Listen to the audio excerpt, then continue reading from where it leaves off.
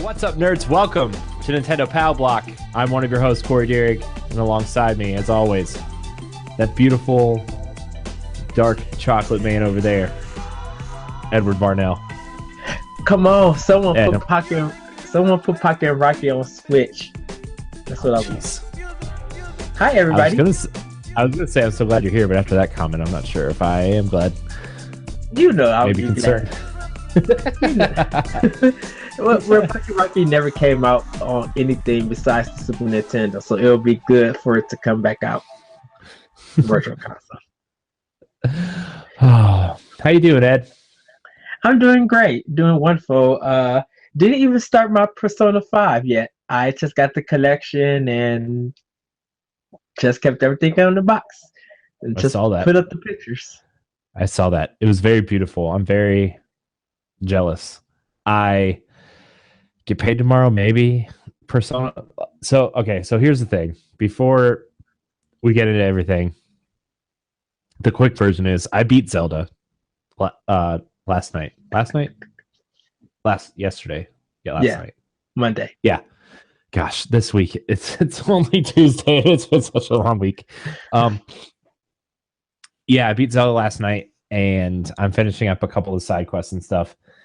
And I don't want to go back to Horizon right away because it's, even though they're different games, it's too similar. So my plan was to do Mass Effect, but everybody's saying that game is not great. So and I need that palate cleanser game.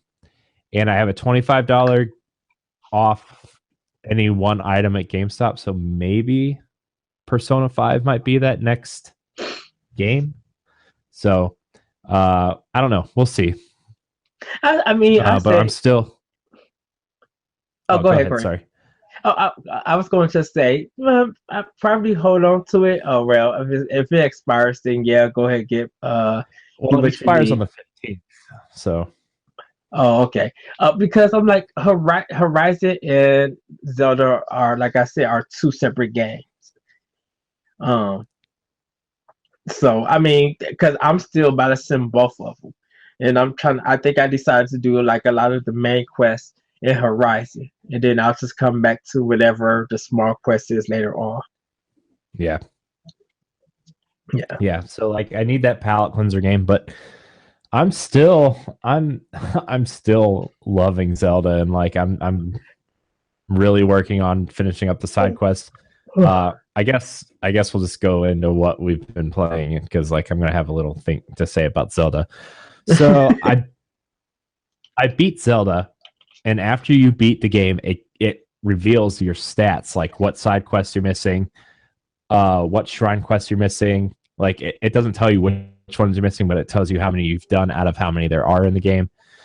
And you know, I know how many Korok seeds I need, so like those are the things I'm going to be working on for a while. But you know, like 2 weeks ago, I've found all 120 shrines. I'm missing 6 shrine quests. So I found the shrines without doing the quests for them.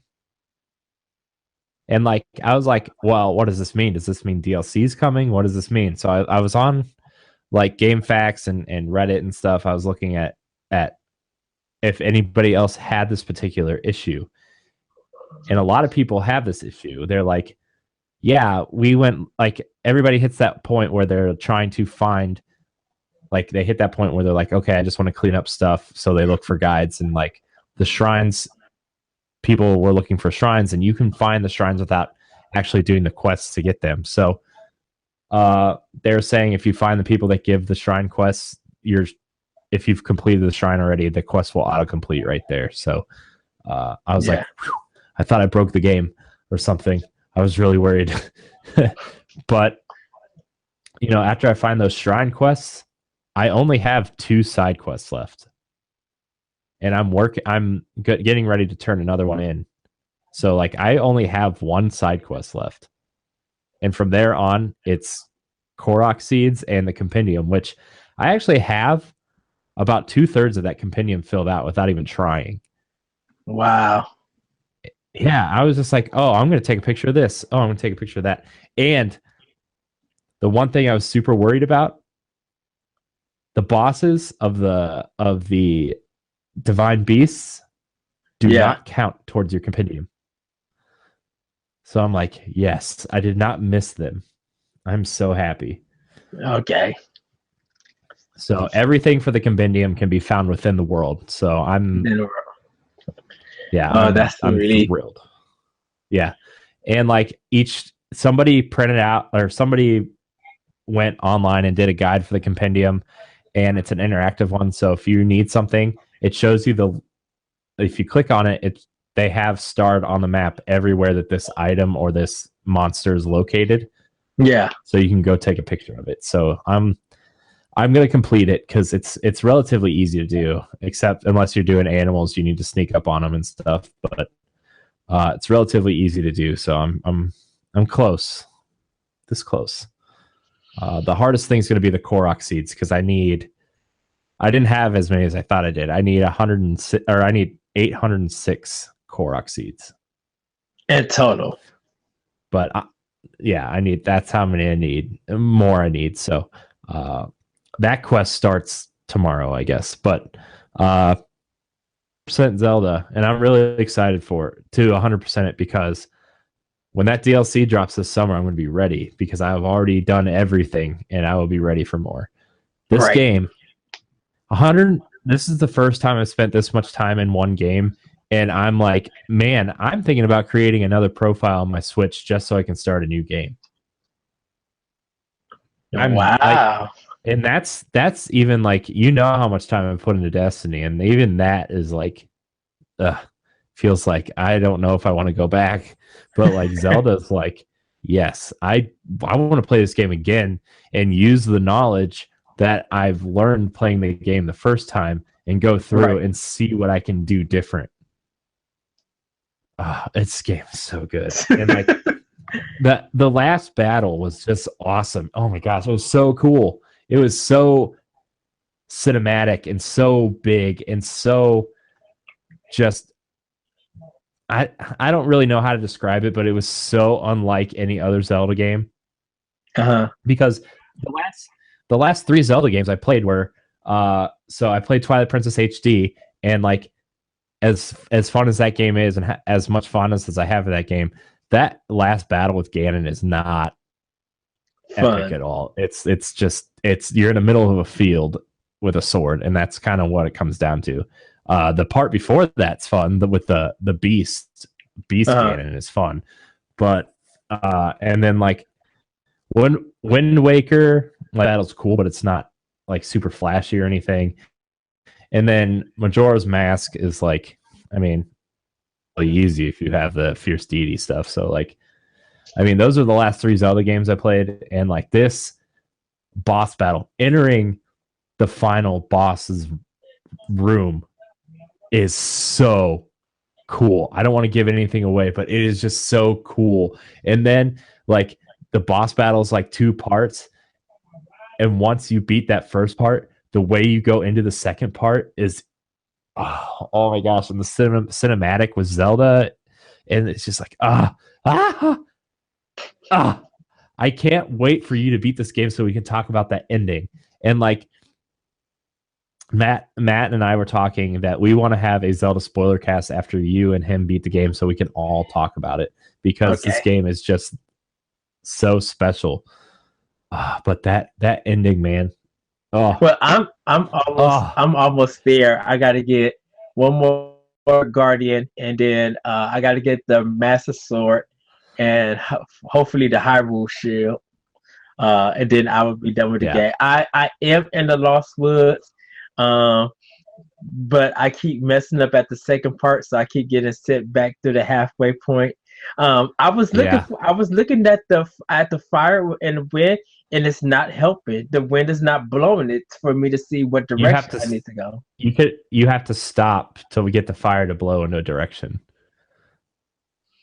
Like you have to stop moving, and then fire will blow in a direction, and then you just kind of have to inch your way forward and stop again, inch your way forward, stop again. It's like you can't, like, I got really confused at the Lost Woods, and it was super frustrating. But then I was like, walk, and I just walked a little bit and walked a little bit further. But you only gotta do that once, right?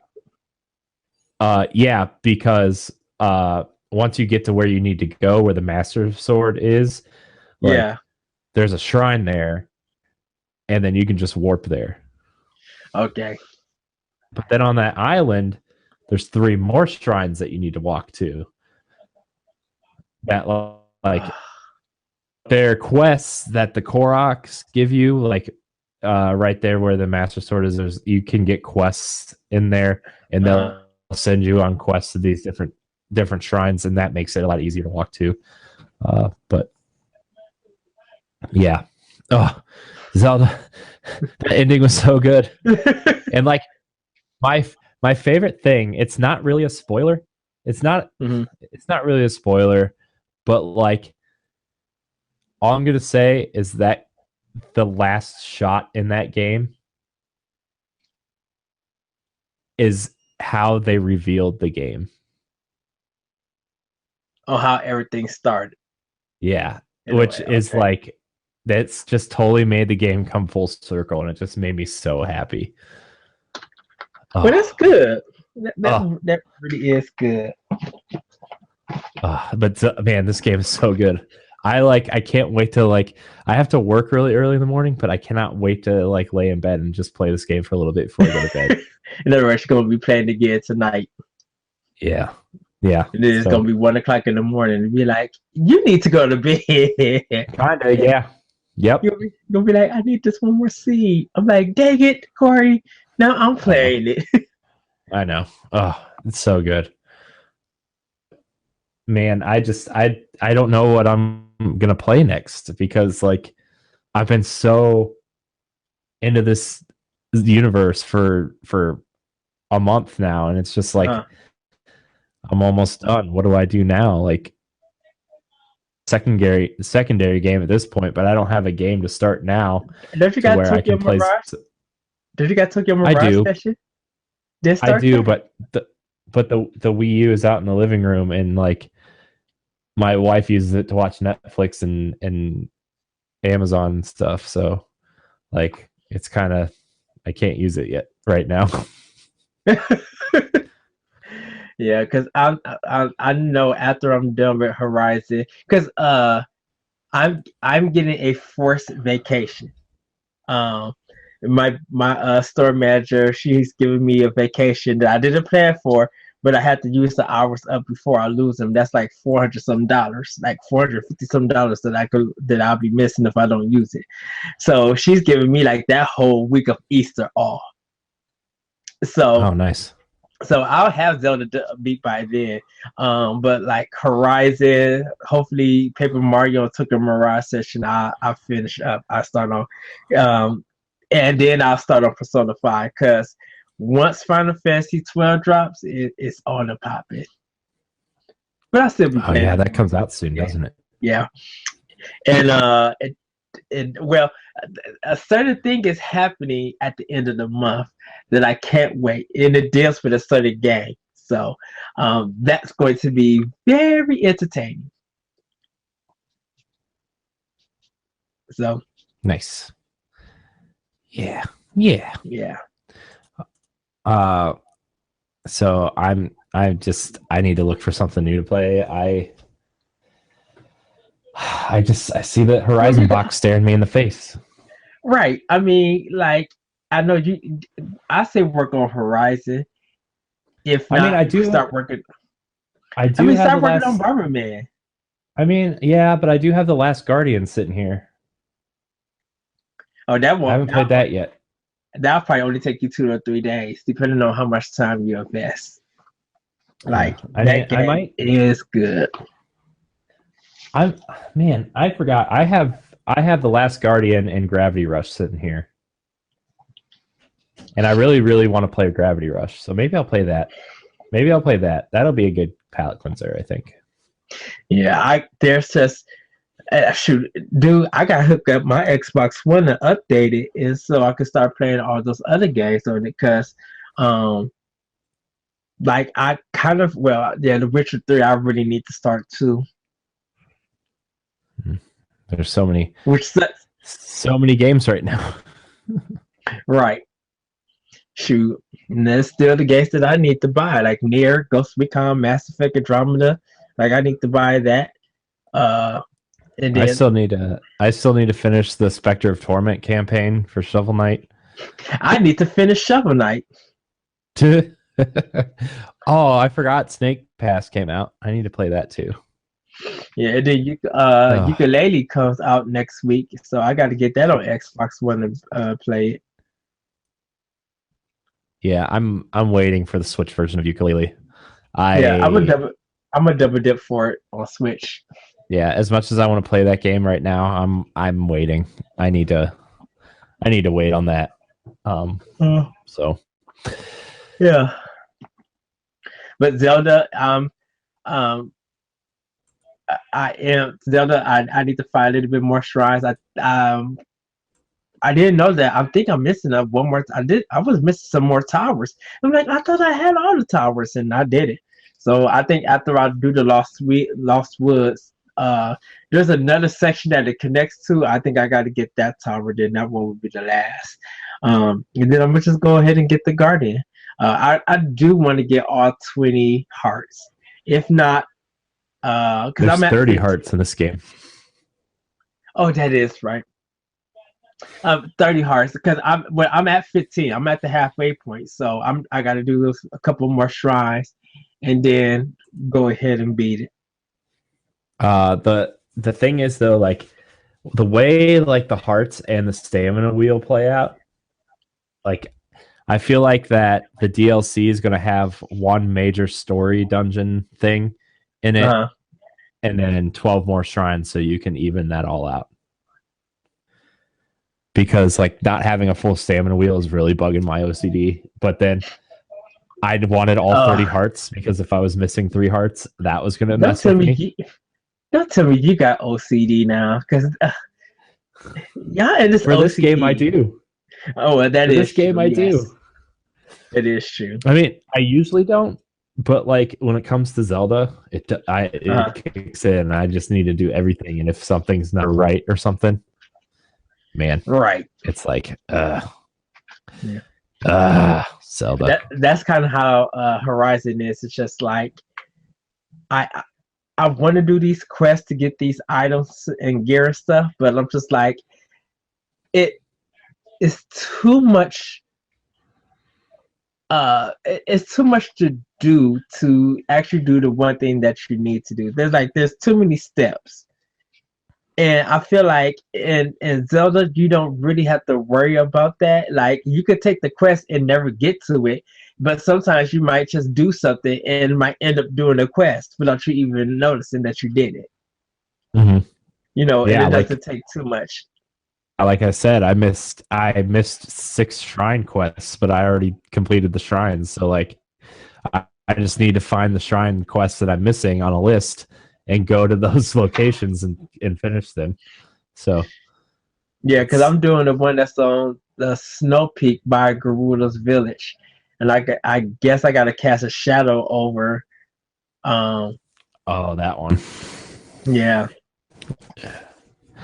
Yeah, that's fun. So I was just like, what the heck do I have to do? And then I got to redo the Dunder one. The Dunder Plains. I got to redo that one. Which in the right color. And then the shrine will pop up. I got to do that one. Yeah, that one was rough. That one was hard. I couldn't find all the balls at first. Because one's like way out of the way. Yeah, you gotta have to have one of the Guardian's powers to get to it. I'm like, oh dang it now. Yeah. It was that one was weird. and there's just like more stuff. I'm like, dang, I didn't even know this was here. So I just gotta start working more to it. Yeah, 3 Guardians down, 1 more Guardian to go. Get some more hearts and shrines, and I'll be done with Zelda for probably a week and a half, and be like, that's okay. Now it's time for me to return to this game, because like Horizon, I really want to beat quickly. because I really Yeah. want to get to Persona the week that I'm on vacation. Yeah. Yeah. The thing about Persona is like I can't play it on Switch. Like that would be the Well, perfect game for Switch to sit on the couch and just grind through some stuff and like go through some dialogue choices or go through one but of the dungeons. And I'm just like, oh, with the Shin Megami Tensei series, they got too many of them on 3DS. Because really, Persona is the only Atlas game I think from the Shin Megami Tensei series that's on consoles, and it's always been a Sony console besides Persona Q on 3DS. yeah. I wonder how much Sony ponies up for that exclusivity for Persona. Depending on how much they paid when it came out on PS1. Yeah. Yeah. I feel like, man, now that like I've been playing so much Switch and the convenience of playing handheld mode, like Mm-hmm. and everybody I've talked to that's played Switch has said this, like everything they want everything on Switch now because of the convenience. They're not going to bring it, and we already had this discussion. So I I know. mean, I mean, know. they it would be nice for those games to be on Switch, but they're not going to do it because they think it's underpowered. And I'll just be like, okay, so even if it is underpowered, I bet you 5 times y'all going to be trying to steal ideas for whatever Nintendo puts out, so y'all can put into y'all game to put on other systems. Mm-hmm. So, man, this console is like, it's changed everything. It's changed everything for me. and it's still selling out. It is still selling out. Yeah. And I think even if stores got flooded with a lot of Switches, I think it would still sell out. Yeah. I mean, I think it would too. Like every time it's available on Amazon or Best Buy or something, everybody's like, go get it. And every time I click on the link that somebody's posted on Facebook or Twitter or something, like it's already sold out online at least. Yeah. So, but oh, go ahead. Sorry. Oh no, I was just gonna say, but just people just keep looking up, keep checking. Eventually you'll get a Switch. Yeah, I mean the sales are doing phenomenal. It's already past 2 million units in a month. That's a solid launch. Like that's right. That's solid, and like they're bringing Switches out. Like it's not like the Wii situation where like maybe you get 2 or 3 in and then you'd have to wait a month before someone else got something. Like they're coming out. It's just people want the system really bad and want to play Zelda, and like they just want to go get it. So yeah, I'm glad. I'm really glad that selling well, and I'm really glad that like Zelda's great, and that's putting out a bunch of supplementary games for it. Like I still think Shovel Knight and Binding of Isaac and Fast Racing Neo or Snipper Clips are all awesome supplementary games to Zelda, and like it's just I'm very happy.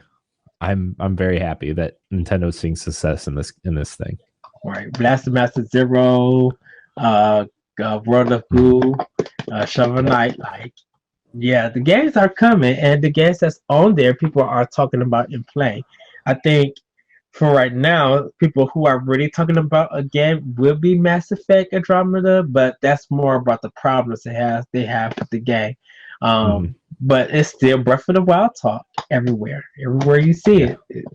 So. Yeah, every single game that's come out this spring has gotten Zelda. Like how awesome was Horizon for 3 days until Zelda came out? Then nobody talked about Horizon. Right. And now it's a month later and everybody's still talking about Zelda. I mean, and people are talking about Horizon. Well, yeah. I mean, people are talking about Horizon, how much is sold, like 2.7 million or whatever. And that's good for a new IP. That's good for a Sony console. Yeah. But even if you have the sales, and people are still just talking about your game consistently without, which is being blown away with everything they find. That's more important than what any cell does. Because you can even look at Overwatch; it did tons of sales, but people are still talking about some of the content and everything. Now they're not talking like Breath of the Wild is, but they're just talking about this is my favorite character, and I can't wait for this DLC, and that's probably about it. Yeah, I still think like there's been a lot of things coming out recently that Blizzard is talking about putting some of its games on Switch, and it makes me really excited. And as I would really love a Diablo style game on Switch or Overwatch. I would love Overwatch on Switch because I am a big Overwatch fan, but I don't play it that much because, I mean, shoot me, but I enjoy spending time with my wife, but I also enjoy my game time, and the Switch has allowed me to do both simultaneously. And Yeah. like, I don't want to play Overwatch via Vita. I'm sorry, I just don't. It's terrible. It's terrible. Ever trying to play a shooter on remote play is god awful, and like the Switch allows me to just play the game. So Exactly. I mean, and I don't know if they'll ever do it, but I would just love those games. But I think a lot of companies talk big and be like, well, we really want to do it. I'm like, no, you have the manpower to do it. You just choose not to do it. It's not that you can't do it. If you are a developer team that's able to brag and market a game on the other systems, why can you not do the same thing for a Nintendo console? yeah, Why? yeah. What's holding you back from taking time to develop a game on a Nintendo console? You have the development kit, so why can't you and your team put any kind of effort to make a game? And it don't even have to be a big, huge game. It could be a small game that plays fun. If you're a developer who could brag about PS4, Xbox One, and all the stuff could do, why can't you bring that mentality over to a Nintendo console? And like I think the big litmus test for these companies right now, I think a lot of people are watching to see like, because as awesome as Overwatch is, I don't know if it's as mainstream as a FIFA or Madden or an NBA 2K or Skyrim. And I honestly think that those companies like Blizzard are waiting to see if Skyrim and those sports games sell well this fall before they make any type of decision. Because there still hasn't been a big third party game on Switch. I mean, they're coming. They are surely coming. Street Fighter, Rhyme, Skyrim, all those sports games I just mentioned. Octopath Traveler. Those games are all coming. Mainstream titles. I think Blizzard and companies like Blizzard are waiting to see how well those do, and then they will put out some sort of like game of the year holiday bundle. Well, the thing with Blizzard is it's weird that Overwatch is and something that you guys would like to discuss. But if your employees are coming to your job with all the switches and all they're talking about, wouldn't that say something about how popular the system is? Like, if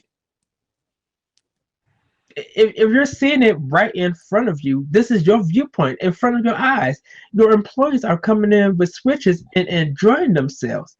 Why not? Why not be like, you know what? Maybe we should just get a team and do some research and development and see if a level could run on Switch. And then let's ask Nintendo, what would happen if we put out a small demo? It's not a guarantee that it's a sale or anything, but a free small demo just to see if this game could run on the system and how people will react. Yeah. I mean, that's a good idea. And also, I think that another reason, like, The big thing about Overwatch and games like that are the microtransactions, and Uh, Nintendo's eShop isn't exactly set up for that at this moment. You know, maybe they're waiting for that big eShop update to show, hey, look, we're willing to put games like Overwatch on here. Here's their microtransaction system. We're willing to support that style of microtransaction system, similar to what Xbox Live and PlayStation Network do. You want to buy your loot boxes? Here you go. It's here. You know, you want to buy skins or do whatever? Here it is. Like, I think that Blizzard needs that sort of infrastructure set up before they can put a game on there too. So I in more terms of Blizzard, I think they're waiting for that to be put in place before they put the game out, because that would help them as a company immensely once that set up. I mean, well, yeah. Well, yeah. Like it's not that Nintendo's online infrastructure doesn't work now. It's just that, you know, that will be a stronger people will have stronger connections.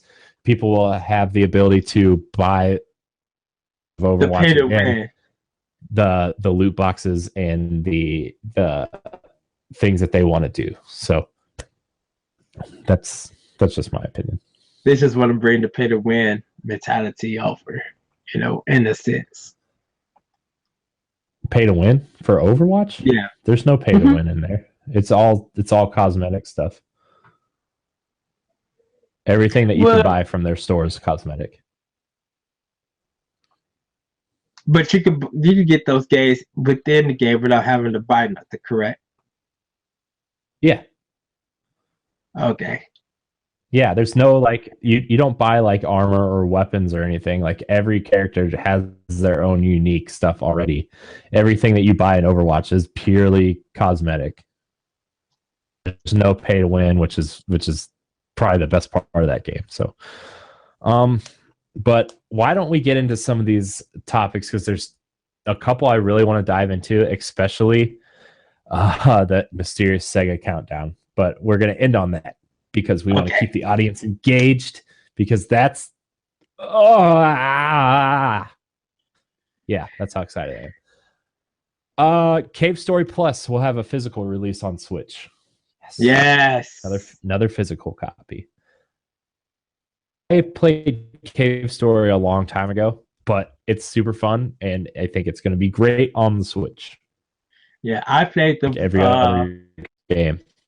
I played it on the Wii, and I seen it run on PC when it first came out. But when it came to Wii, I brought the game, and it's fun.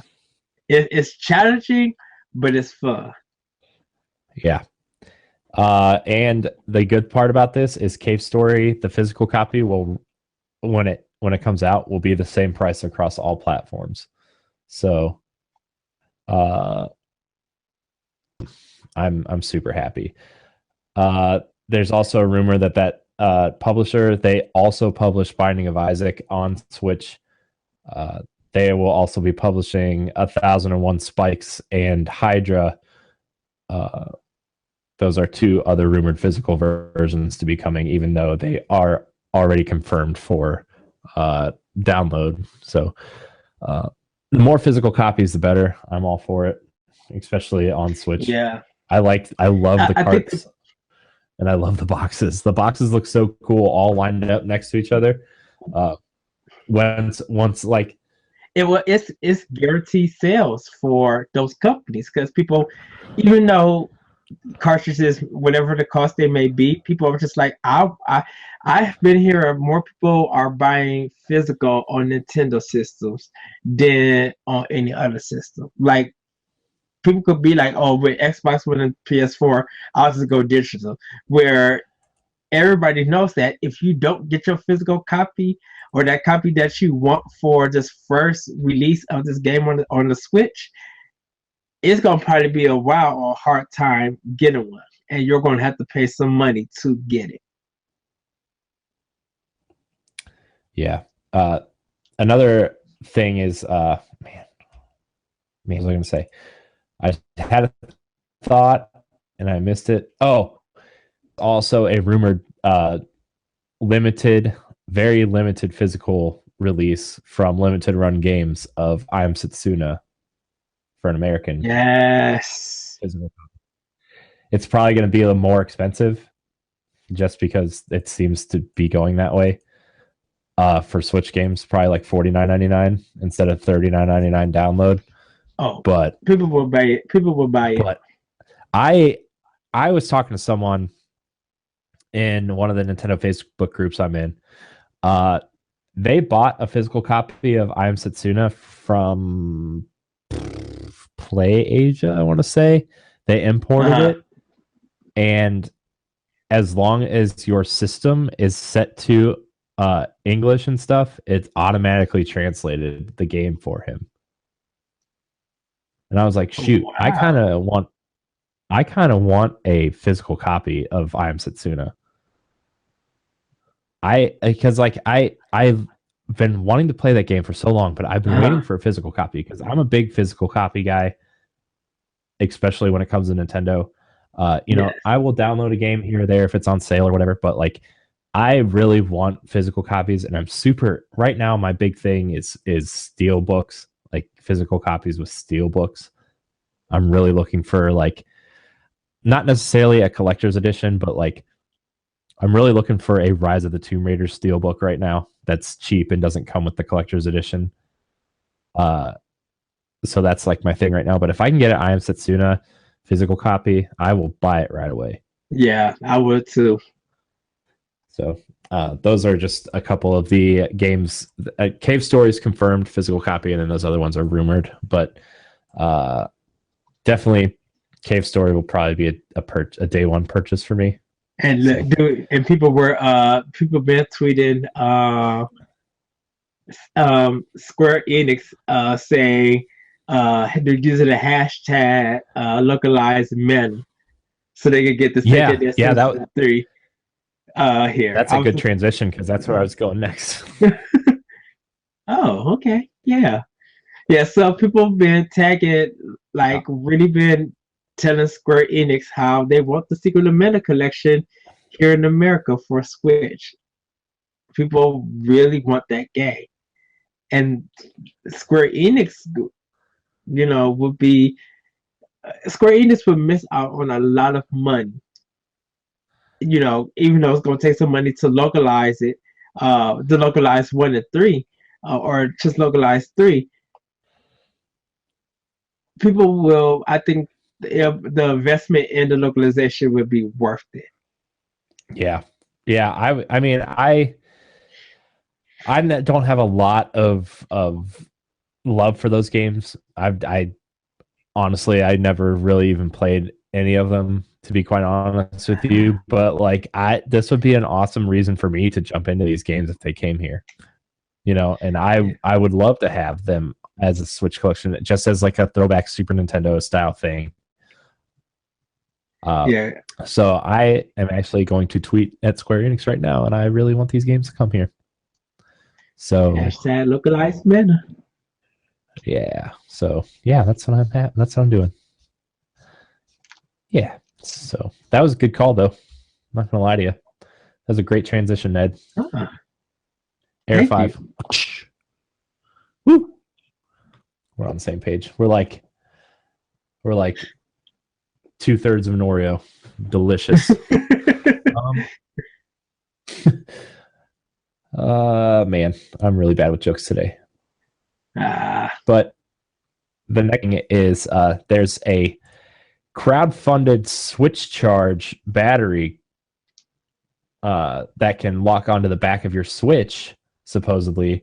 And it looks like it has HDMI out. So it would act as a second dock, sort of. Gives you it's in beta test right now. It's being kickstarted. Attaches to the back of your Switch screen and gives you approximately 10 to 15 more hours of gameplay. So some of the beta test times for this Switch Charge battery for your Switch, Zelda, they got 10 hours and 40 minutes without charging. Fast RMX, I got 13 and a half hours. Shovel Knight, Shovel Knight, almost 15 hours of play. So, I mean, this is definitely an interesting thing. The only problem is that for how thin it is and how sturdy the construction is, it could, if you jump in early, it could cost you anywhere from $75 to $100, which, you know, that's kind of a I mean, I don't know how good this battery is or how sturdy it is. I know I just bought a battery pack for vacation that will give me about 20 hours for $30 on Amazon. But I mean, if you want it directly attached to your Switch and you don't want it dongling off your, I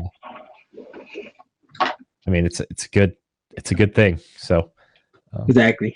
If you, I guess it just depends on how much money you have to throw at your Switch and how much you really care about an external battery pack. I mean, I have a USB cable in my battery pack, so I'm good for now. But hey, more power to you. It's a cool looking device, though. I mean, it looks like it fits right on the Switch, so it's cool. I don't know if it's $75 to $100 cool. Right. So sorry. Wow. Okay, so last thing I kind of want to talk about before we get into this Sega countdown.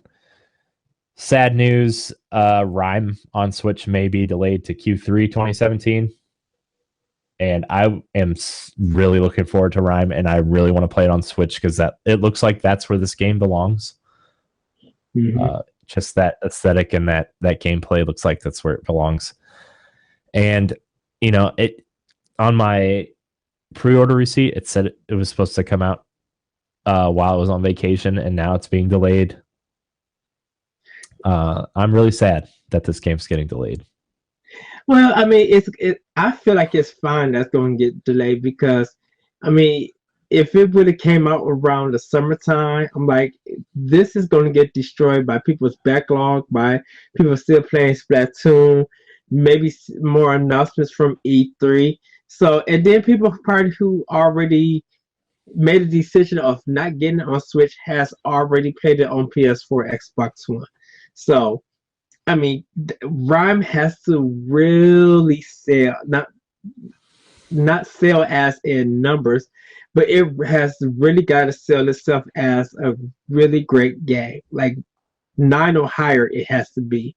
Nothing else under 9 will. I mean, maybe 8.5, but it has to be 9 or higher for this game to be recognized as a success. For people to be getting it and start talking. Yeah. I mean, I really think this game looks like a mixture of Journey and Wind Waker. Like, I think, like, I'm watching the trailer right now, and this game looks, it just looks beautiful. Like, the way the environments look in the character design and, like, the way looks like you get to control the animals and stuff. It's just, I mean, it just looks really good. And I was actually looking to dive deep into this game. This was going to be my game after Zelda, and now it's like, I don't know if it's going to be. Just so yeah. Well, but I mean, if that's what they need to make the game run better on Switch and make it, you know, feel better while you're playing it on Switch, then you know, you always delay a game if you don't think it's going to be good enough. I mean, Mass Effect is a great example. That should have been a game that should have been delayed, but so. Well, definitely with Rime, it can be released around the time Destiny 2 come out. Like that day Destiny 2 comes out, that should be the only video game coming out. Anything else is going to get trampled by the game. Yeah. Yeah. So. If you're looking forward to Rime, delayed. Sorry. Oh, whoa, what? Okay, so before we get to the Sega countdown, there's one last thing. Amazon, there's an Amazon listing for a Shovel Knight art book. 184 pages of concept designs of characters and stuff. So if you're a Shovel Knight fan, yeah, it's a 184 page hardback book, tons of art featured from the game, and stuff includes stuff that wasn't used in the game. So that's super cool. Probably gonna check it out. Not gonna lie, I like me a good art book. So, yeah. What I mean, yeah, that's it. Okay, so the big news for this episode is Sega has posted a Bayonetta countdown scheduled for next Tuesday, it looks like, if my math is correct on days. Sega and the other day when this countdown started, it was just a black image with a timer. Now in the background, it is now Bayonetta's shoe and a red like a red ribbon and some bullets. Yeah. So I'm excited. I really hope that they are announcing Bayonetta 3, and I really hope Nintendo went out of their way to make this an exclusive again. Because Bayonetta 2 was a huge get for them, and I feel like it did well there. Right. Well, we should see if it's going to be the Bayonetta HD release of one for PS4, Xbox One, because that could also happen. But Nintendo funded and published it. That's the only reason why I don't think it's an Xbox One PS4 announcement of Bayonetta 2. No, I'm saying a Bayonetta 1 HD remake. Oh. Like they fixed all the problems and stuff, and like DMC Devil May Cry, how they did that for Xbox One. If they did the first one for Bayonetta on those two systems, they would fix those stuff. I don't think they would have a countdown for an HD re-release of Bayonetta, dude. I am. Okay, so I'm looking at this image, and maybe I'm looking too much into it. But there are 3 bullet casings. There are 3 ribbons. There's too many things that have to do with the number 3 in this image, Ed. I feel like I should send you this link. There's too many things in here going on that have to do with the number 3. There are 3 bullet casings. There are, well, maybe there's only 2 ribbons, but there's a lot of. I feel like it's Bayonetta 3, dude, and I really hope it's a Switch exclusive. It has to be. They work too. Maybe they're like, we're developing Bayonetta 3, but we're gonna port Bayonetta 2 to the Switch. And we can have Bayonetta 2 and 3 on Switch. Well, if they do that, they'll probably also announce when the Bayonetta amiibo would come out. Yeah, that too. Yeah, that would be smart if they were like, hey, Bayonetta 3 is coming. We're going to re-release Bayonetta 2 on the Switch. And if you you can buy a bundle with the Bayonetta amiibo. That also works in Smash Brothers. Oh my gosh, that'd be amazing. Yeah. And I'm so happy. I'm so happy right now. I'll say Bayonetta 3, yeah.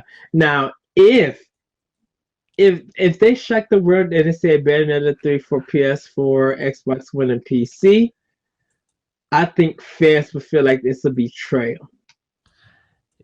Yeah. I agree with you. I feel like but I feel like them doing that would really be like, that would just be a detriment to them as a company, because 2 doesn't exist on any other platform but Wii U. Yes. And so, like, how do you get that second part of the story if you're an Xbox One or PS4 owner? And how do you appease the fans who are Wii U owners who bought a Switch and really want the last part of that story? I don't know. How do you do that? I really feel like at this point, they've already made a decision. They're like, hey, we put the second game out on Nintendo. This is a Nintendo property now. Like, I don't know.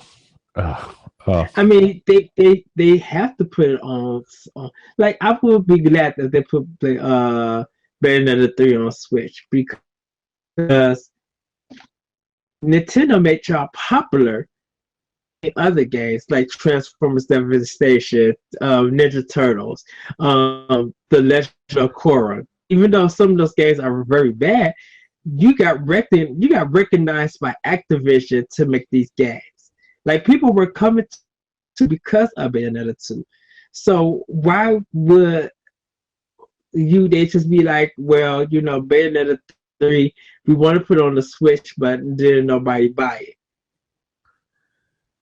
Yeah, I think the only way I could see them appeasing fans would be if it was a Switch timed exclusive, and then they released it on PS4, Xbox One, maybe 60 days later, 90 days later, 6 months later. Sega has to pay for everything.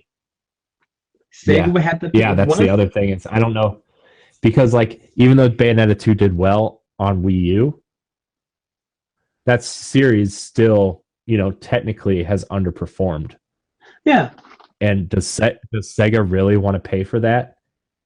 Like, do they really want, like, with all the success Sega is having lately with, Persona's super popular, all the Atlas stuff they're doing, right?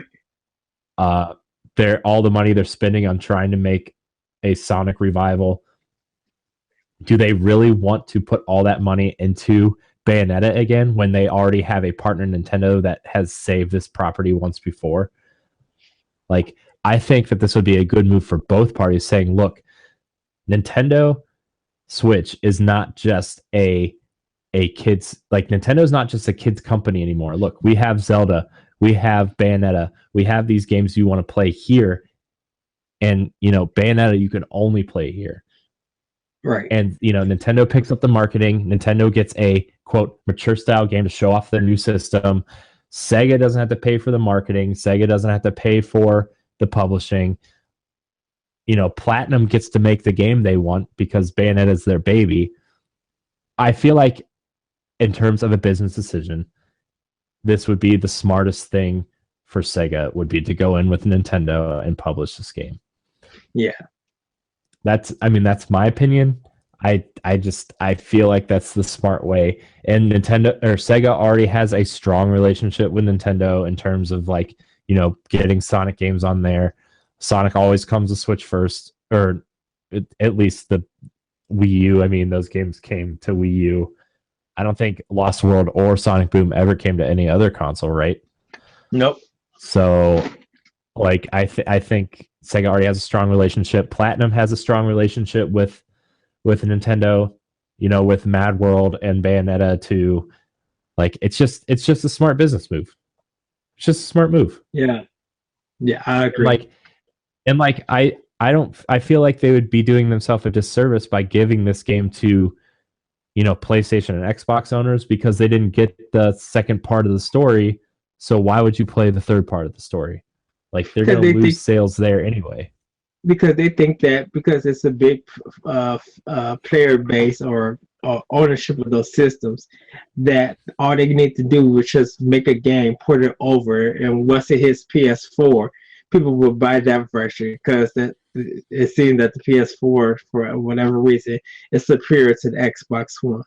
But I'm just like, no, people are going to buy it on Switch because if they work once again with Nintendo, one of the best game designers, then the property is in good hands. If it's not in good hands of Nintendo, don't nobody want to play that stuttering mess that people played on PS3 with the first Bayonetta. And then the superior version, it will be the Xbox version. People don't want to do that. Yeah. Plus I'm looking at this in terms of, like, putting Bayonetta on. Bayonetta is going to get crushed against games like, Call of Duty's coming there, Destiny's coming there, Prey, Mass Effect, Shadow of War, like, all these games that aren't really coming to Switch. Switch needs that big third party push, and what better way to do that than get Sega on board to publish it on Switch? Because Switch has the Nintendo games, Switch has the indie games. This will be a good step into getting that third party on board with Switch. And you know, Bayonetta is not a powerhouse third party, but is a strong, you know, quality third party game that will get the ball rolling for other companies. So yeah, I mean, it's I think that that's the smartest thing everybody involved can do. Yeah, they have to. At this point in time, Sega has to. I mean, they Sega has made too much money off of Nintendo systems. Yeah, and they won't make that much money off of anything else, any other system. Yeah, yeah, and like as I mean, we saw with Bayonetta 2, like that game sold over 1 million copies on Wii U. Like that's a strong for one system that you know, statistically undersold. Like to have 1 million copies sell on one system that sold 13 million units, like that's awesome. Yes, for a game like that. So, and you know, Switch owners right now are hungry for something to play after they're done with Zelda. Like that is such an amazing game to put there. Like, you know, I really think that they're going to port Bayonetta 2 to Switch, and then this is an announcement for Bayonetta 3, and either A, Bayonetta 2 is a pre-order bonus, or B, they're like, hey, we're going to print a limited run of Bayonetta 2 on Switch. You can download it from the eShop if you can't find a physical copy. And then, you know, Bayonetta this holiday with Mario and Xenoblade. And that'll be the lineup for the fall. Will be Fire Emblem in August, Bayonetta in September. October will be, you know, Xenoblade, and then November will be Mario. Yeah. Gosh, that's what an awesome holiday lineup. And that's not even saying, okay, NBA 2K is coming, FIFA's coming, right, Skyrim's coming, you know, at some point Octopath Traveler's coming this year. You know, all those amazing games they said were coming in 2017. Like, oh my gosh, that lineup just got so much bigger. And that's gonna rival anything Sony and Microsoft do this fall. Right. You know, Nintendo's lineup, if theoretically, if that's Nintendo's lineup, Fire Emblem Warriors, Skyrim, NBA 2K, Bayonetta, Xenoblade, Mario, and potentially Pokemon somewhere in there, like that lineup is going to murder PlayStation's lineup. It is going to murder Xbox's lineup. And that's even with Scorpio coming with, you know, Crackdown 3 as some sort of launch title. Like this is going to murder Sony and Microsoft. Microsoft and Sony could not dream of a better lineup. I am so sorry. They're going to have Destiny 2. But so everybody's putting their baskets in Destiny 2. About Destiny right now. Like I okay, yeah, I went and pre-ordered Destiny 2. Yes, I'm really excited for Destiny 2. That's the only game. That is the only game I am excited for PlayStation. But this is the thing. Destiny 2 will have a lot to prove. It has to make up for that 6 when it first came out. It has to make up for those issues of, you know, the server problems, and have part of the DLC being broken at times and glitches. It's like Destiny 2 has a lot to prove when that game comes out. Everybody has pretty much seen some of the stuff that's going on for Nintendo's fall lineup, and everybody's ready for that.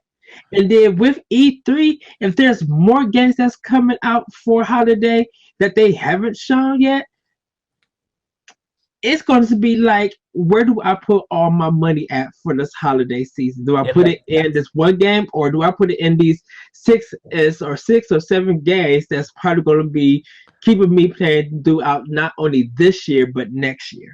I mean, let me tell you, like I think like it's been so long since we've said this, but I think Nintendo has way too much coming out this year, and like spilling into next year. We already know Fire Emblem proper for Switch is coming in the spring of next year.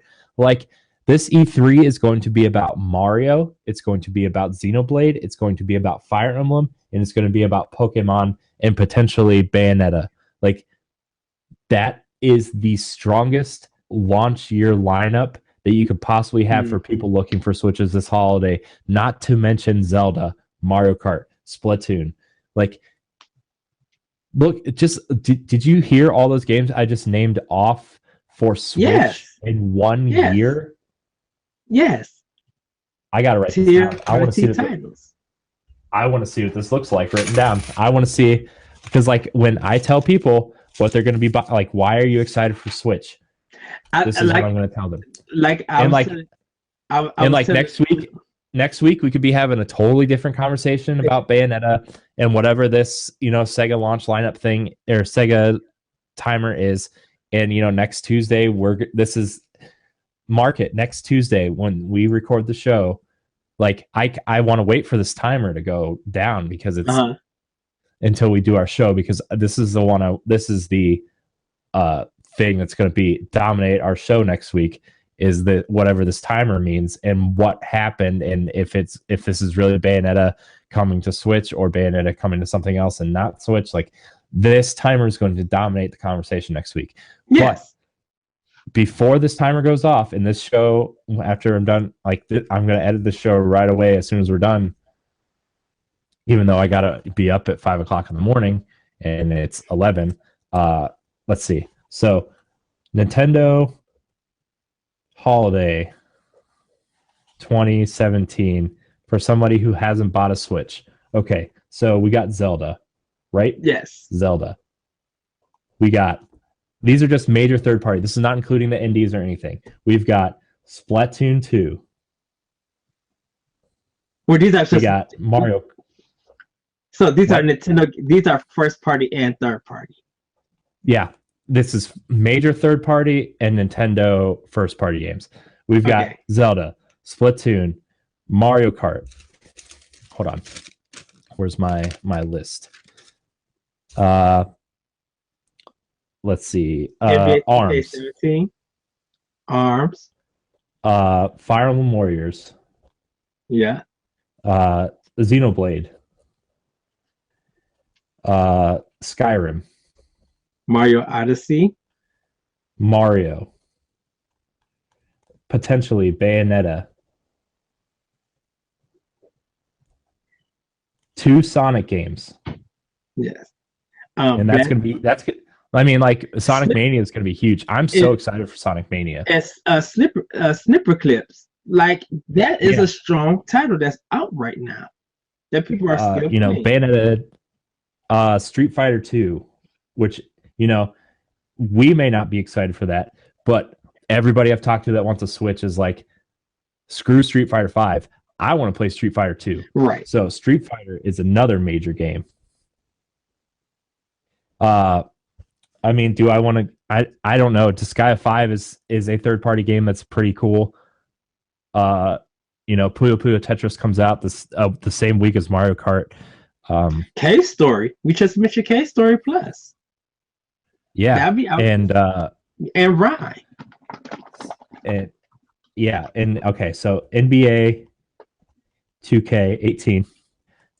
Sorry, I'm reading what I'm writing. This is really good radio, so I hope you're watching and not listening.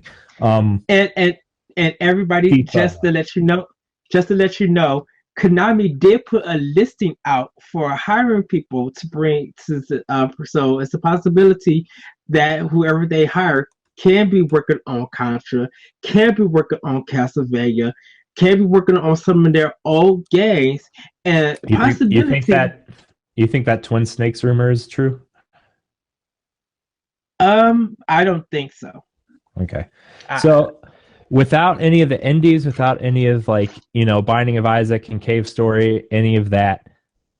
So this is for somebody looking for Switch this holiday. And, these are all the games that they did say were coming out in 2017. And yes, Nintendo UK did say that Xenoblade Chronicles 2 will be coming out in 2017, fully translated in English. So, Zelda, Splatoon 2, Mario Kart, ARMS, Fire Emblem Warriors, Xenoblade Chronicles 2, Skyrim, Mario Odyssey, potentially Bayonetta 2 port and or Bayonetta 3, Sonic Mania, Sonic Forces, Street Fighter 2, NBA 2K18, FIFA. That's a strong list. That is a strong list. If you want to include smaller games, Shovel Knight's already out. Ukulele is coming, which is a killer title for a Nintendo system. Lego City Traveler. Lego City Undercover is out today. Right. Okay, so those are other games. Minecraft, Lego Worlds, Lego City Undercover. What was that? What was the other game I was just talking about? Disgaea 5. Like, yeah. That's like 20 games right there. 20 games. And that's not even including downloadable games like Snipper Clips, Shovel Knight, Fast RMX, Snake Pass, which, by the way, is awesome. Bomberman, which, by the way, I don't care what anybody 6.5 says, that game is fun.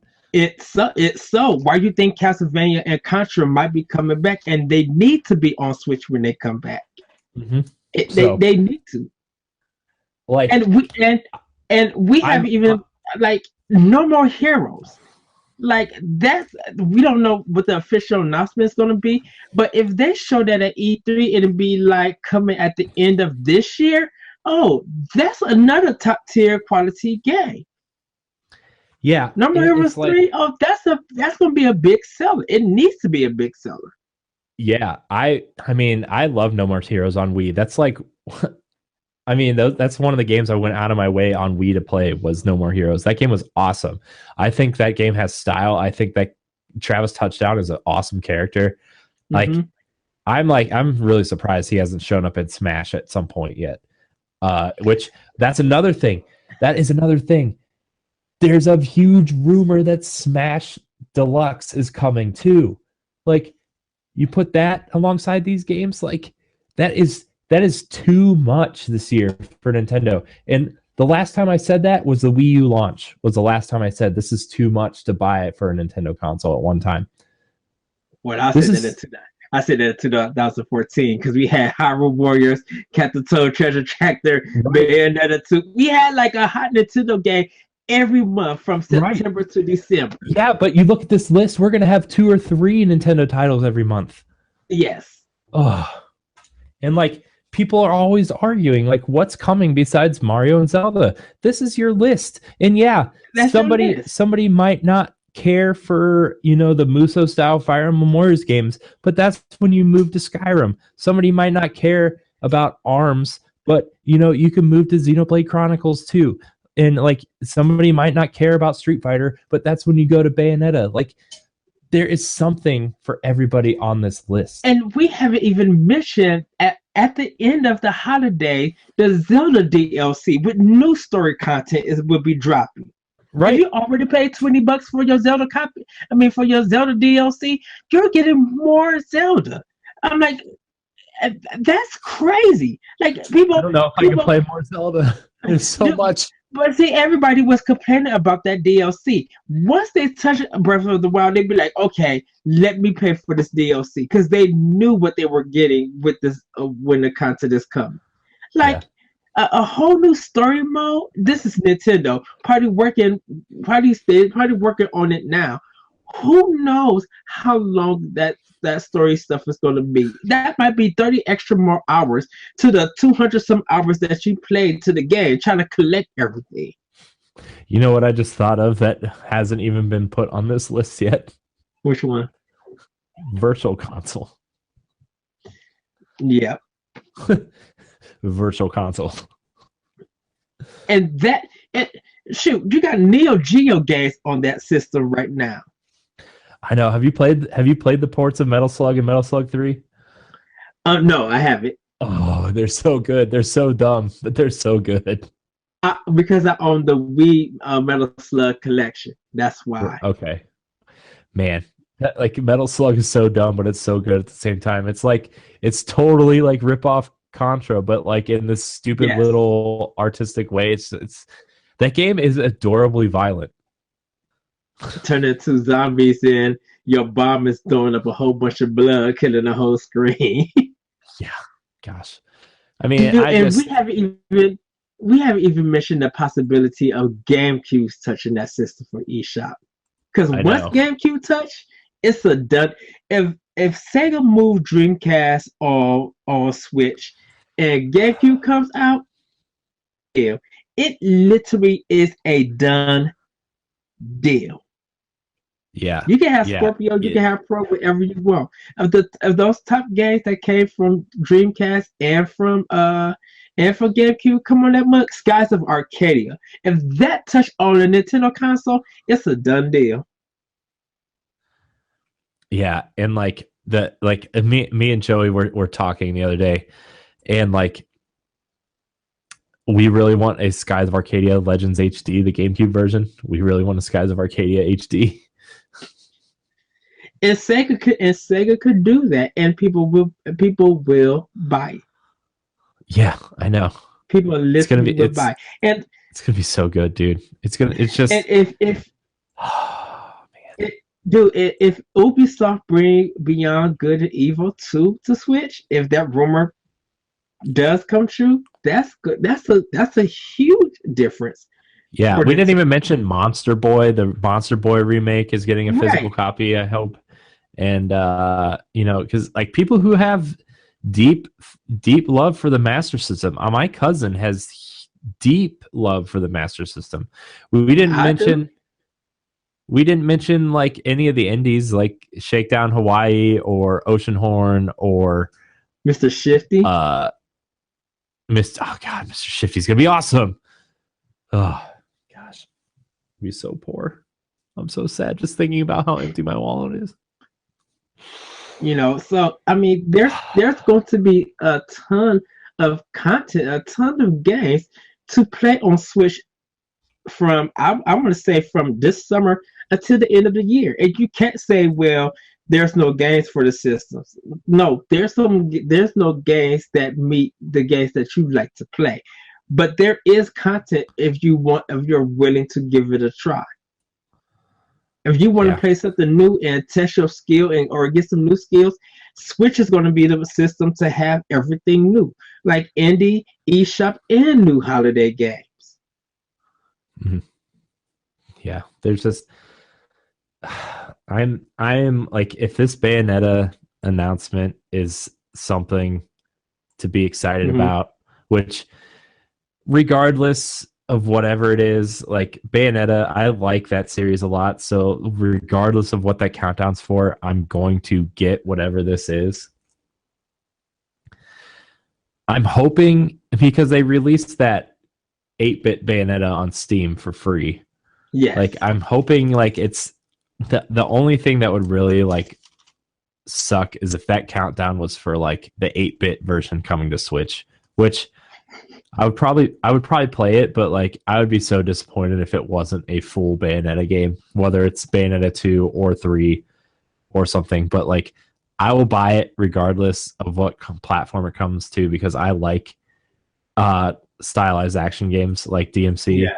and Bayonetta. I mean I love Bayonetta a lot. But Well, uh I really hope that Nintendo and Sega made a good business decision and decided to put this on Switch. Sega knows now that Bayonetta 2 has to stay on Nintendo system.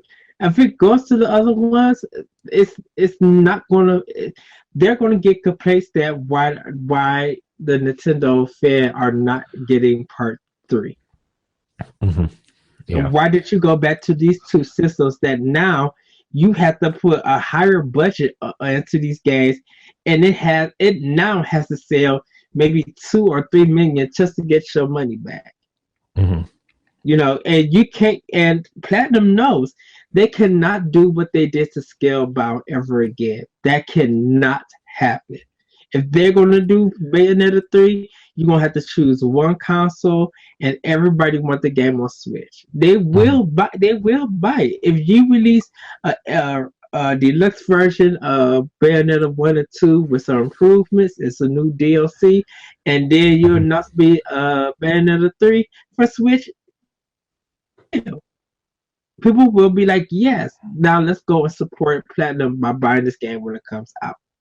Yeah. And like the smartest thing, like even though they might have lost a little bit of money on it, the smartest thing Sega did and Platinum did was include Bayonetta 1 with that initial run of Bayonetta 2 copies. That was the smartest thing they could have done because now you can play the whole series on Nintendo consoles. Right. And now Bayonetta is pretty much associated with Nintendo because of the way they included not only the first game, the second game's an exclusive, and the costumes, the Nintendo style costumes that, you know, so that plus including her in Smash was also a super smart idea. So yes, I mean, I because my first experience with Bayonetta was on Wii U. I played Bayonetta 1 and then Bayonetta 2 was just phenomenal. Bayonetta 2 was phenomenal on Wii U. I played with the Pro Controller. It was phenomenal. And I don't care if they port Bayonetta 1 to Switch, but I would really love to have a port of Bayonetta 2 on Switch and then 3 come out next year. Right. That's what I'm looking at is like, what if this announcement is Bayonetta 2 releasing during the summer, like a $40 or $50 Bayonetta 2 upgrade to Switch? Because let's face it, a lot of people that have Switches right now didn't get a Wii U. So that's a good time for them to jump on that game. Right. Plus an announcement of Bayonetta 3 for next year, and we'll see it in a Nintendo sizzle reel at E3. Right. And people are 2018 release. Dude, and people are regretting that they didn't buy Bayonetta 2 when it had both games. People are regretting that they didn't buy it when it came out because now it's a hard thing to find, and people are now charging about almost $80 to $100 to get it. Mm-hmm. A used copy at that. Yeah, a used copy right now on Amazon is $91. That's insane. And I mean, you can buy a new copy of Bayonetta 2 for $50 on Amazon, but it's only Bayonetta 2. You are not getting Bayonetta 1 with that. If you want that, a used copy is super expensive. Right. So you're going to have to buy the digital version or on Wii U or pray for a Switch collection. Yeah. So, but yeah, this counter, I'm counting down. Let's see. Where'd it go? I lost it. Too many windows open right now. Shoot. Blah blah blah blah blah blah blah blah. Where did it go? And when you mentioned Bayonetta being a smash, remember when the Final Fantasy VII music was playing for the Smash Direct, and Final Fantasy VII Cloud showed up in Smash, and everybody lost their mind.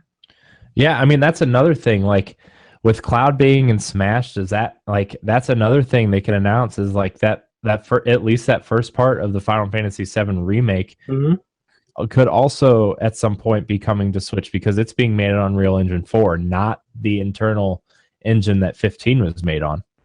Right. Because that studio that's developing the 7 remake episodes or whatever, like they aren't using Square Enix's internal engine. They're using Unreal, which, you know, is very easily ported to Switch. The new tools that came out like a couple months ago have native Switch support on it. So that's another thing that could possibly be coming as a Final Fantasy VII remake. Well, I think Sony got the exclusive on it to make sure people. It's coming first to Sony. It is also coming to PC and Xbox One, but they said nothing about Switch because Switch was not announced yet. Yeah. So and Square Enix was as much money that Square Enix made off of that DLC of Cloud for Smash. they have. I mean, this game is going to be episodic, so put that on the Switch. I personally would say this: I don't care if it doesn't even get a physical copy down the line. If you put the game just on Switch to make it buy digitally, people would buy it. Yeah. Yeah. Because everybody gonna be like, the Final Fantasy series have returned back to the Nintendo console. Everybody wants it. Just like that Final Fantasy Theater with them. That's so well. Mm-hmm. Yeah. I mean, I don't know why like they keep skipping, but I mean like we've gotten great games from Square for Nintendo consoles now anyway. Like the Bravely Default series is amazing. Octopath Traveler looks amazing. I Am Setsuna by all accounts is really awesome, and so like I mean, I don't really care. I'm going to be quite honest with you. I haven't cared about Final Fantasy in a long time. Like the last game I truly enjoyed was 10, and the last game I enjoyed a lot enough to like make it through was 12. So like I don't really have a lot of affinity for the series. I really like 9 and 10, and those are really the only two games that I really have a lot of nostalgia for. But you know, I don't like 7. I'm one of those people that doesn't like 7. I don't really care for 13 all that much. I've never played any of the Super Nintendo ones.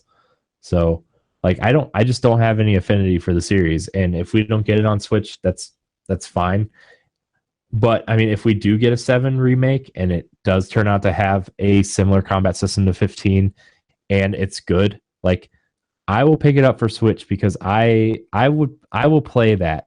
You know, I will play an action RPG with those characters because it's not that I don't like the character designs or anything of 7. It's just by the time I got around to playing 7, I had already played 8, 9, 10, 12. And by the time I got back to 7, it felt so archaic that I just didn't want to play it. But if you update it a little bit and give me something cool to play on Switch, like I mean, I'll play it.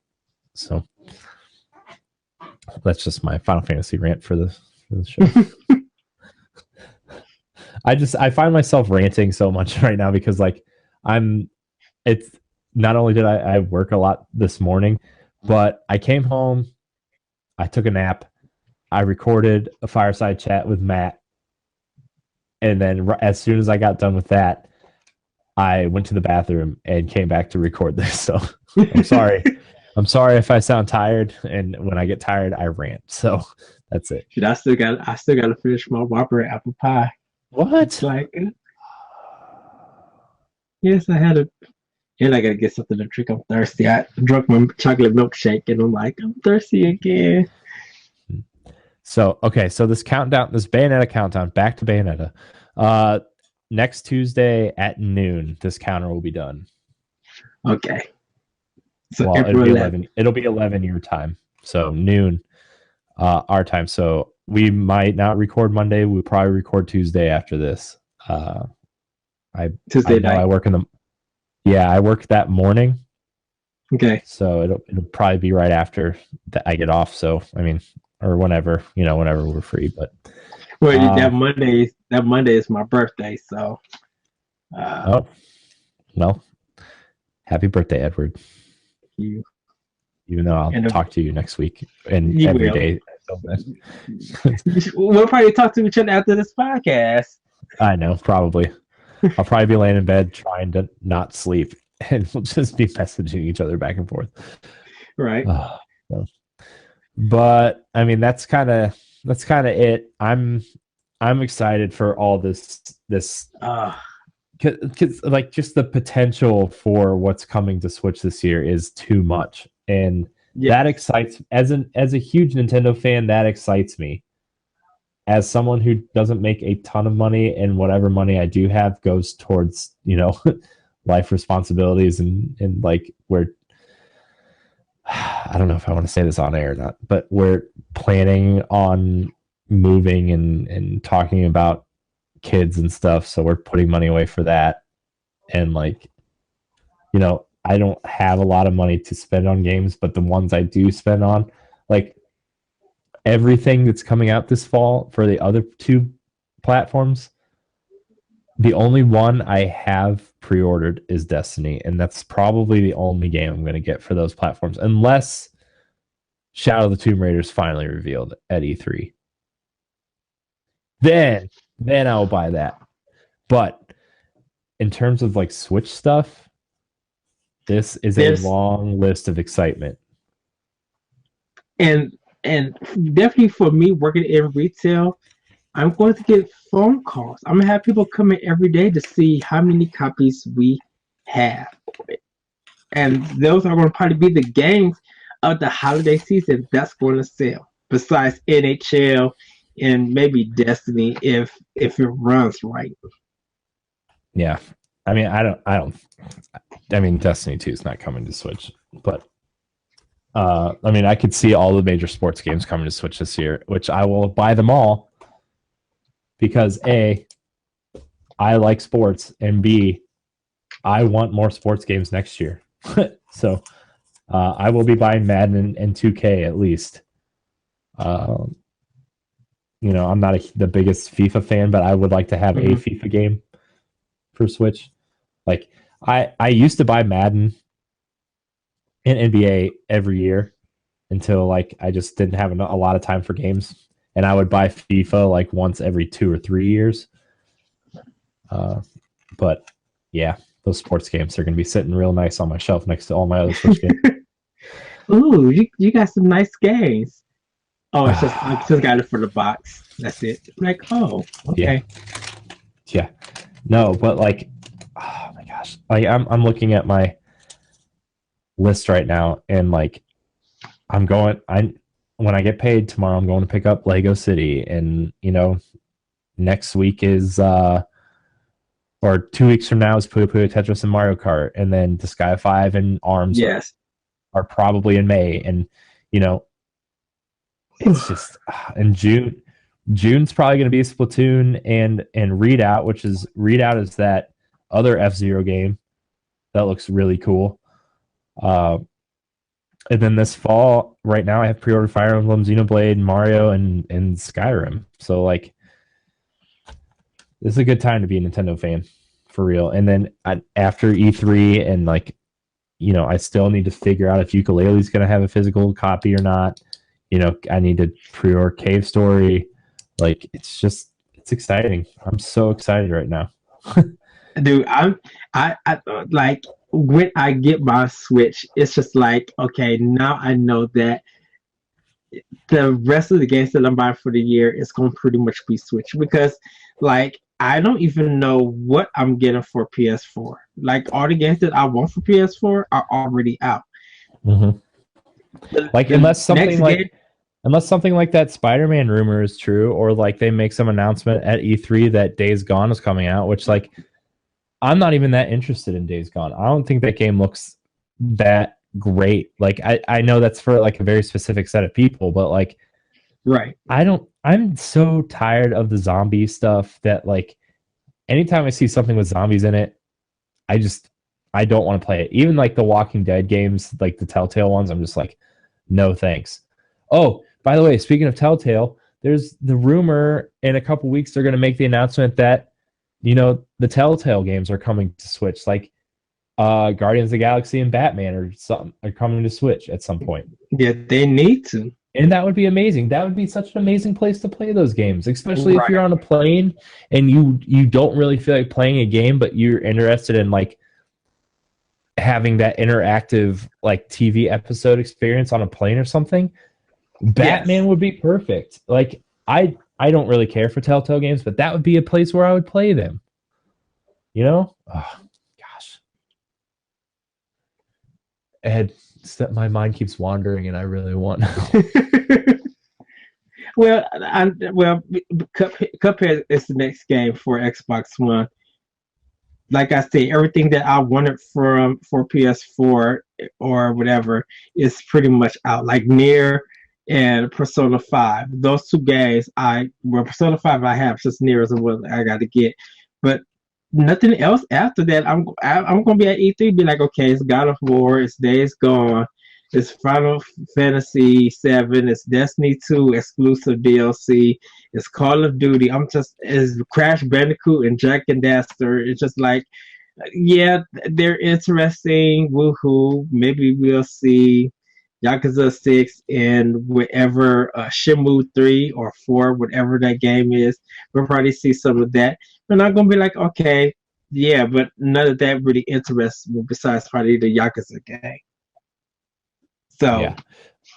So okay, so I found the article and it's a real it's like it's not like a fan article or anything. This is from GameSpot on where'd it go? March 17th. Nintendo Switch versions of Telltale's Batman and Guardians of the Galaxy have been potentially leaked. Multiple retailers, including Best Buy, Target, and GameStop, all have listed Switch versions of the two episodic games, despite no official announcement from Telltale. Later in the story, update. When asked for comment, a representative from Telltale reiterated to GameSpot that Guardians of the Galaxy is slated to premiere digitally in 2017 on all consoles, PC, and mobile devices, but did not comment on the possibility of Telltale's Batman coming to Switch, which leaves us to believe that Guardians of the Galaxy will at some point be coming to Nintendo's handheld hybrid console. I mean, that's about as official as they can get. So, like, right. I mean, I'm not going to get Guardians until they put out the retail copies, like the retail version. Yeah. But like this is gonna be another rant, so hold on to your pants. I'm kind of over the superhero stuff too. But stuff like Deadpool and Guardians of the Galaxy and stuff like that has enough action and enough comedy in it that will it just changes the perception of those genres so much that I'm super interested in this Guardians of the Galaxy Telltale game, and it's the first time I've been interested in a Telltale game since The Wolf Among Us. Yes. And I really, really hope this comes to Switch. And I would play the Batman one too if it came to Switch. I would buy it because I would like the Telltale games to come to Switch eventually. So or even do season 2 of Batman. Yeah, plus I would play the Batman one just because I've heard so many good things at how it plays with the Batman canon. Yeah. Who was I talking to? It wasn't Kyle. I forget who it was. Shout out to Kyle, by the way. We miss you. Was it me?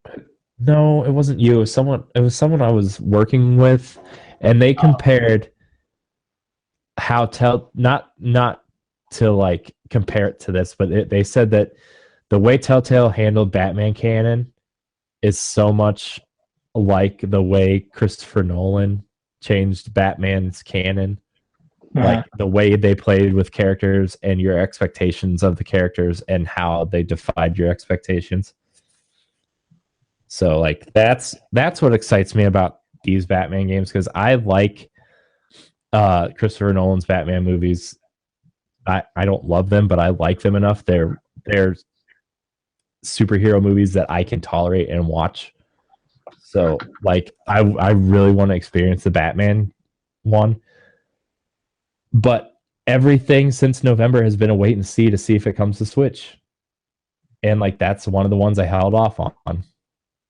Fingers crossed. And Guardians looks good too. So sorry, another rant. I'm sorry. I talk too much. Stop me, Ed. No. Make me stop. No. That's good. That's excitement that the Nintendo community needs. The show that, we want these games. We need these games to play because we're willing as consumers and as gamers really ready to shell out this money to enjoy the content that these developers and publishers bring to us. Yeah. So I don't know if we want to talk about anything else, but that's kind of all the big news and topics. The Bayonetta thing is huge, and some of these games that are coming to Switch is big news. So yeah, plenty of stuff to be excited for Switch. And like, I mean, this is like the second time we've gone over this huge list of Switch games coming this year for people who are excited. And like, it was kind of spawned by the Bayonetta thing, but like, there's still a lot to be excited for this system. And Bayonetta is just another cake on top of the cake that Nintendo's giving us. right. I mean, I was gonna say like sprinkles on the cake, but it's Wow. literally another cake on top of a cake. So Yeah, I want more Bayonetta, and it's like the chocolate. I have to play on Switch. I know. I have to play this game on Switch. Like, it's like Bayonetta's like the chocolate cake with the chocolate icing on top of the red velvet cake that is the Switch and Zelda. Like, that's what it is. That's what it is for me. And like, don't tease me with that chocolate. That's gonna be a meme that goes around now. See, it's gonna be a picture of your face that says, "Don't tease me with that chocolate."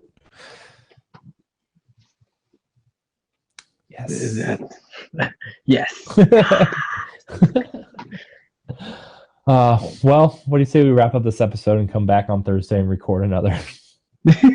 But there'll be more announcements because there is a party game that got announced for Wii U, but not Wii U, for Switch that I just looked at. So we can probably talk about that Thursday, and hopefully I will be done with Zelda, and we could talk about that. Yeah, so we could spoil the ending. So that's like a pre-episode warning. And if you do beat it by then, and we do have that conversation, we will preface it with a full spoiler warning. So I do want to talk about the ending because I absolutely adored the ending. Like, not I'm talking about the stuff that happens after you beat Ganon. Like, that whole scene I want to talk about. That whole couple of scenes afterwards I really want to talk about. Because like the character's personality in those scenes really comes out, and I really just want to talk about it. So please beat it so I have someone to talk about it with. I will be working on it. Like, even though like this game is like a month out, like it's still like tiptoeing around spoilers for people. Oh, it's just okay. Yes. Yes. Ed, where on the internet can we find you? You guys can find me on Twitter at ThatVertureCode. You can hear my podcast, Optional Opinion, at SoundCloud, iTunes, Google Play, and other podcast apps, and the AnomalousRadioNetwork.podbean.com. And you can hear my other podcast, World 101, at Shout Engine, iTunes, Google Play, and SoundCloud, and other podcast apps. You guys can find me there. If you still have a Wii U, Optional Opinion is my kind of name. Once I get my Switch, I will be posting it there. If you guys want to hit me up in the NGR Radio Facebook page and to get my 3DS friend code, you can also do that too. I'll be putting it out there for you guys to check out. So we can play Smash online and have fun. Yeah. All right. Well, you can find me at Corey Hudson in HD on Twitter, Corey in HD on Instagram. You can find all of our content on our YouTube page. Just search NGR Radio or on ngrradio.com. Join our Facebook group, facebook.com/groups/NGR Radio Podcast. You can find us on Twitter at NGR Radio Podcast. You can find Powblock usually every Tuesday, but we're late this week. I'm sorry. And most Fridays. Got to get back on that schedule. I'm sorry. Well, last week we did a 2-hour show, so that other hour made up for Friday. Yeah, that's true. Let's see where else. You can also find me on NGR Radio, our other podcast. Ed, we were just talking about you on there tonight. We need to get you back on that show Yes. more frequently, as well as get Matt on this show more frequently. Yeah. Let's see what else. I think that's it. At this time, that is it. But everybody get ready for E3 talk within probably about next month, getting close to June. We'll probably be making predictions. We want to hear what you guys think of what should be on the Switch or what's going to be announced for E3. Corey's going to be watching. I'm going to be watching. We'll probably be on multiple podcasts, but definitely check out Power Block when that Tuesday or maybe that Wednesday, whenever Nintendo release all the information, we're going to be going in. My hope is that Thursday I've got a lot of work to do in terms of the back end stuff for NGR and everything that's happening there. My plan is to set up a Twitch page, and what I really, really want to do is do at least a Nintendo, whatever they decide to do, a watch thing for at least you and me, and maybe a couple other people if they want to join us on our Twitch page, and then do a reaction to it, and then a proper podcast.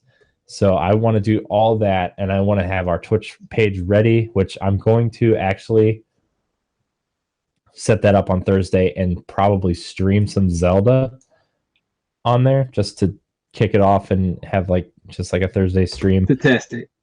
Yeah, and all that stuff. So that's the plan I want to have. So I don't know, maybe Friday we can do E3 predictions, or next week's Tuesday episode. But I really want to do that soon. You know what? We should wait till the Bayonetta thing. Yes. Sorry, we should wait for that. Yes, because there'll probably be because there's probably going to be new info after the Bayonetta comes out that we're probably going to be discussing. But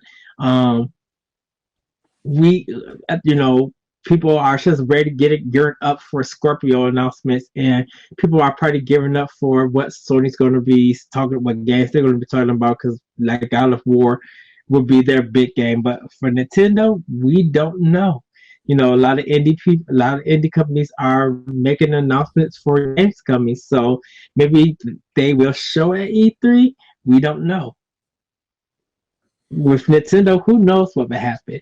I would say this: and I still stand by this, if they announce for Virtual Console Mother 3, what if that's what they launch Virtual Console with? Is Mother 3? Oh shoot! Like they're like, hey, guess what? We're launching Virtual Console with. We're launching it with these 5 GameCube games, these Super Nintendo games, and you can now buy Mother 3 for the first time. Well, if they open up the show with Mother 3, I would be. What they should do though, for real, and they would make so much more money this way, is say, yeah, you can download Mother 3 on the eShop, or you can buy the Earthbound trilogy as a standalone physical thing.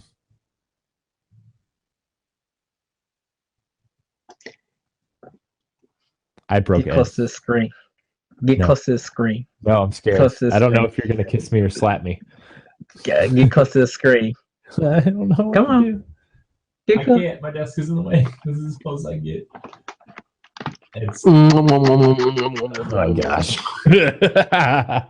Because I'm just saying, I think that would be super cool. And I would tell you right now, I would not, Corey, on Twitch, I would leave right now, and during that Twitch stream, I would leave and go to the nearest GameStop and be like, I need to pre-order this now, because I might do that too. Because literally, if that happens, and if they be like for $70, you could get all 3 games physical release. I think it'd be 40. I think you sell. I think just because of the cost of the carts, like you would sell the physical. You would sell the physical for like $40 or $50, but you would get a cool. Remember, like the cool box Earthbound came in with like the strategy guide and stuff. Yes. What if it came with like a mini manual inside and had like a lot of cool art. The way that like, did you see the bind? But did they you had see the Binding of Isaac like Zelda style pamphlet that it came with? Yes. What if they did that for Earthbound, but did it in the style of this old strategy guide and put it in the physical copy? And that was the only way you could get that was with the physical copy. Well, that's why I said $70, like a collector's edition for that. Because Nintendo wouldn't charge no $100. The thing about it is everybody would be trying to get that pre-order. Yeah. And because it's only gonna be like 5-minute drive for me, I'd be like, bye. Yeah, I'll make sure that I put $10 down. Yeah, it's literally I don't know, probably like a 5-minute drive for me as well. It's my closest one. So yeah. Wow, we just made a giant E3 prediction. That was awesome. See, crap! Then we have to wait because I'm ready just to kill E3 with that. We have to wait next Tuesday to make predictions. We're going to talk Bayonetta, and then we're going to talk E3 predictions. Next week's going to be a huge week for Power Block, and we need to be ready for it. So, store your excitement. Open something. Put your excitement inside. Close it up, and then next Tuesday we can open it back up and let it out. Okay.